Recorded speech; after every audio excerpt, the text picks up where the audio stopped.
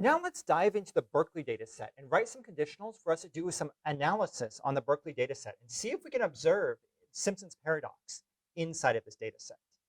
So as a reminder, we've got every single student who applied to University of California, Berkeley in the fall of 1973. And we have the variables, the year they applied, which is always 1973, the major, which is an anonymized major A, B, C, D, E, F, or other, the gender of the applicant, and the admission decision, whether or not they were rejected or accepted.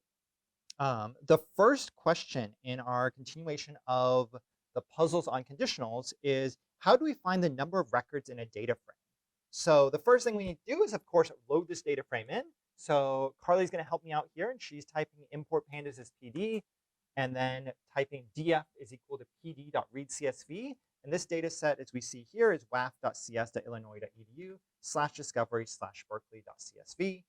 And then we're going to type df to just make sure that we see the full data set to ensure that we have it loaded in. So Carly's working away, and let me know when you've got that. I am good to go. Berkeley Awesome. dataset is loaded in. So in order to find the size of any data set, we can always do df.count. And df.count is going to return the number of records in each column of our data set. So if we see if Carly runs df.count, we should see how many records are in the year variable, how many records are in the major variable, how many records are in the gender variable, and how many records are in the admission variable. And how many records do we have in the Berkeley dataset? So for all of those variables, we have 12,763. 12,763. That's a total number of applicants received at UC Berkeley way back in 1973. So they had over 12,000 people applying for their graduate program. And now we want to dive into understanding different aspects of this data set. So one way that we end up dividing up this data set is dividing it up by the gender of the applicant. So we have, in this data set, there's only two genders. There's male and female, represented by the capital letter M and the capital letter F. So I want to first select all of the female applicants. So this is a conditional where we're going to follow the same syntax of df square bracket, and then we do df the column name. The column name is gender, the capital G, and we want gender to be exactly equal to the capital letter F, and because F is not a number, it has to go in quotes. So if we see df.gender, that is equal to F, and if we run this, we should see a number of records where all of the gender column is F. And that is 4,321 rows. 4,320. 4321. Oh, what an interesting number. And I know that I am going to want to look at just this data, just the data of those applicants who reported their gender as female in a future part of this problem. So I want us to actually store this data frame as a new value so that I can access just this subset later. So to do this, we can actually assign the result of this to a particular variable name. So I'm going to, in front of this entire command, without the dot count, so we don't want the counts because we don't want the numbers, we want the actual data. I'm going to say df, then a capital F. So df of our female applicants. So df capital F is going to be the data frame of just the female applicants. And then Carly, if you type df capital F, what do you see there? I see that data frame of just the females, 4,321 rows. Awesome. So now we've got two different variables inside of Python that we can ask Python to do different things with. We have the df variable, which contains all of the data, and the dff variable, which contains the female applicants. Let's repeat this process now for all the male applicants. So the conditional to find out all the male applicants in part B is df at df.gender is double equal to capital M in quotes, close brackets. And normally I'll write this command just as it is to make sure it works before I even assign it to a variable. So if I just write this command, I would run it and then check to make sure that the column has, for gender, is all M. That definitely worked, and there are 8,442 males. 8,442? Yep. Awesome. And just like before, I know I may want to use this data later, so I want to store just the males in a variable. So before this df command, I'm going to say dfm So now I have DFM is all of the male applicants. And as always, I love to double check my work as I'm going so that I know that everything I've done is exactly what I expect it to be. Because if your data starts to be not what you expect it to be, everything's going to go wrong from here on out. So if you run DFM, what do you see? I see a data frame with 8,442 rows, and all the gender are M. Awesome. So now we can look at how this becomes really, really useful in part C. So part C is it asks us, how do we modify our code in A and B to select only the admitted females and or males? So to do this, I'm going to write it two different ways, and we're going to see whether or not both ways get us the same result. So the first way is I'm going to do it using multiple conditionals. So one way I can do this is I'm going to say, because females listed first here, I want to know how many females were admitted to UC Berkeley. So I'm going to say, to find out the number of females admitted to UC Berkeley by using the entire data set, I would say df at df dot gender is double equal to f. And then because I'm doing multiple conditionals, I need to put this entire thing in parentheses. And using the ampersand, df dot, looking at my data frame structure, the admission decision is in the variable admission, and then accepted is the result when they were accepted. So df dot admission is double equal to accepted. Accepted going in quotes because we want the exact value of accepted. Closing the parentheses and closing the square brackets. So we have df at df.gender is equal to female, or just the capital F, and df.admission is equal to accepted. So if we run this, we should see every single female who was accepted into UC Berkeley. Yes, and that was 1,494. 1,494? Females were accepted, yes. Awesome. So this gets complicated, right? And you can imagine as we have more and more data, there's going to become a more and more complex conditional. But what Carly did just before now was she saved all of the data into a data frame called DFF to contain just the female applicants. So what we can do is we can actually use this data frame now and just write a conditional to only find out among that subset of data how many of the females were accepted. So a completely different statement using the only female data set will be DFF. Notice that I'm using a different data frame now. I'm not just using DF, I'm doing DFF at, again, DFF dot admission is equal to accepted. So now we only have one conditional inside of this statement because we've already did the female conditional and saved that as DFF. So if you do this DFF at DFF dot admission is equal to accepted, what do you see? I see the exact same thing. I actually have both of them pulled up and they look identical. So we have 1,494 records in both cases.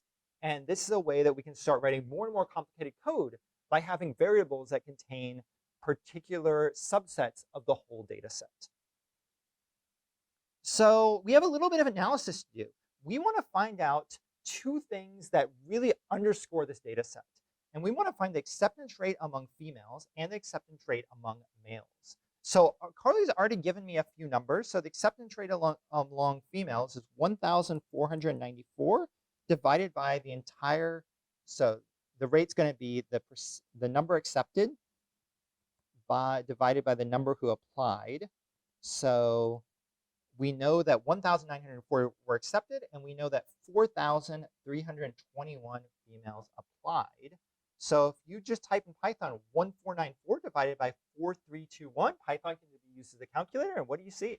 0.3457, and then more numbers. Yeah, 0.3457. And Python's a computer, so it's going to give us a ridiculous amount of precision.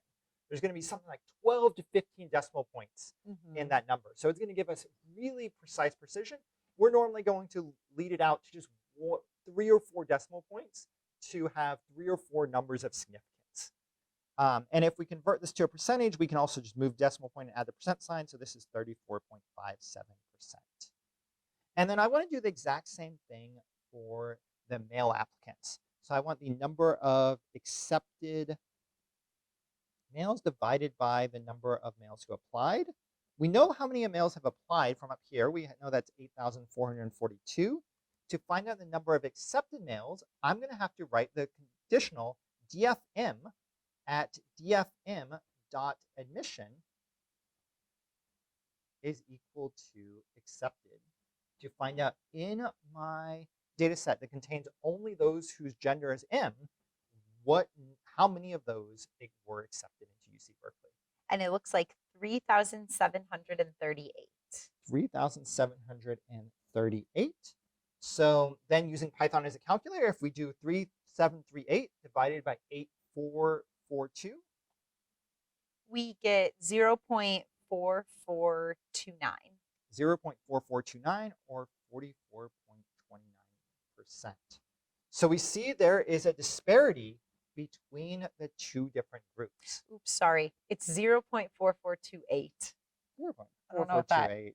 Doesn't make that big of a difference, but yeah, always great to double check the numbers. So we see quite a disparity between the two different groups.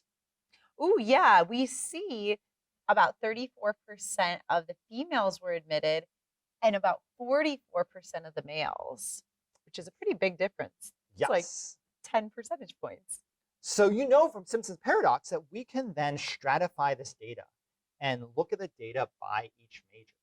So here we can dive in and we can write just one more set of increasingly complicated conditionals so that we can start to fill out this entire table to see the entire data set at play. So puzzle 6 asks, determine the number of applicants by gender, admission status, and major. So this one specifically asks us to find all of the female applicants who were accepted into major A. So we know the female applicants are stored in DFF. So DFF, and then if we open it, the square brackets so that we can start a conditional, we want to know that their admission status is accepted. So DFF.admission is equal to accepted. And because we're doing multiple conditionals, we need to put this entire thing in parentheses, ampersand, then df.major to check if the major is exactly equal to capital letter A. So if we have Python dff of admissions is equal to accepted and df major is A, we have 89 rows. 89 rows. So what we know is there are 89 females who applied to major A and were accepted. So this is not applied, but this is accepted. So what we can do is we can use this information to completely fill out puzzle 7. So if we have the number of females who were accepted to major A was 89, I need to know the total number of females who applied to major A to find out the total acceptance rate. Perfect. What is puzzle 7? So puzzle 7 just simply has us to fill out the entire table of every stratification of all of the majors. Got it. Okay. So for major A, I want to know how many people were applied who were into major A who were female. So we already have the DFF data frame. Mm-hmm. So it's simple to fill out this one. We simply need to write the conditional DFF at DFF dot major is double equal to A. This tells us of all of the female applicants, how many applied to major A? 108. 108. And then using Python, we can do 89 divided by 108 to get the acceptance rate of female applicants to UC Berkeley in 1973. And that was 0.824. 82.4%. And what I encourage you to do is to get some practice writing conditionals by completing this table right here. So there's a number of things I've left out, a number of blanks in here, including some blanks I filled in to kind of make sure you're on the right track. And what you'll see is as you fill this out, there's a bit of analysis you can do to look at how the overall data compares to every single different major and check about whether or not we see the classic result of the Berkeley data set where Carly, you've mentioned several times how this data set shows off Simpson's paradox. Yeah, so just a reminder, Simpson's paradox shows that the overall result is going to be misleading because we're not taking into effect a confounding variable, which in this case is majors. So if you look at the females in major A and compare them to the males in major A, that's a much better comparison. You're comparing two groups that are alike versus the overall groups, not taking into account that confounding variable. And one thing, just looking at this table initially, that major A had only 108 females applied to it to over 1,000 males. Wow. So there's huge disparities in the data, which is really what showed off the Simpson paradox. I encourage you to finish up this table and dive into this analysis because it's a lot of fun and you'll learn a lot about how to work with conditionals in the process. So keep nerding out.